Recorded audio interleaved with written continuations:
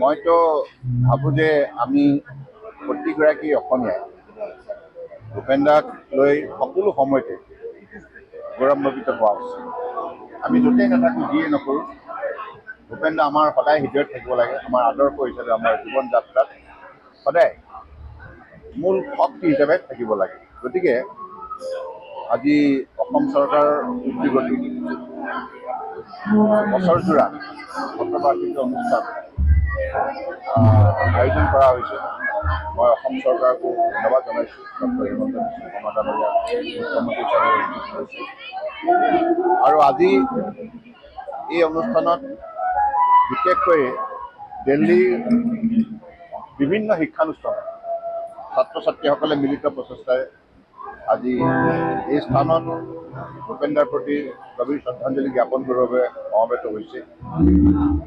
আৰু কেৱল অসমতে নহয় বা দিল্লীতে নহয়, পৃথিৱীৰ বিভিন্ন প্ৰান্তত ভূপেন দাৰ যিমান অনুৰাগী আছে সকলোৱে ভূপেন দাক আজি শ্ৰদ্ধাৰে স্মৰণ কৰিছে আৰু তেখেতৰ সৃষ্টিৰ ওপৰত বিতংভাৱে আলোচনাত মিলিত হৈছে। গতিকে মই বিশেষকৈ আজি এই মুহূৰ্তত এটি কথা আমি স্বীকাৰ কৰিবই লাগিব, আজি যেনেধৰণে আমি ৰাষ্ট্ৰীয় পৰ্যায় আন্তঃৰাষ্ট্ৰীয় পৰ্যায়ত এই ক্ষেত্ৰত বিশেষ উদ্যোগ ল'বলৈ বা তেখেতৰ নামত অনুষ্ঠান পাতিবলৈ এইকাৰণে আমি অধিক উৎফুল্লিত হৈছোঁ, কাৰণ ভূপেন দা আমাৰ দেশৰ প্ৰধানমন্ত্ৰী নৰেন্দ্ৰ মোদী ডাঙৰীয়াই মৰণোত্তৰ হিচাপে দেশৰ সৰ্বোচ্চ সন্মান ভাৰত ৰত্ন প্ৰদান কৰিলে।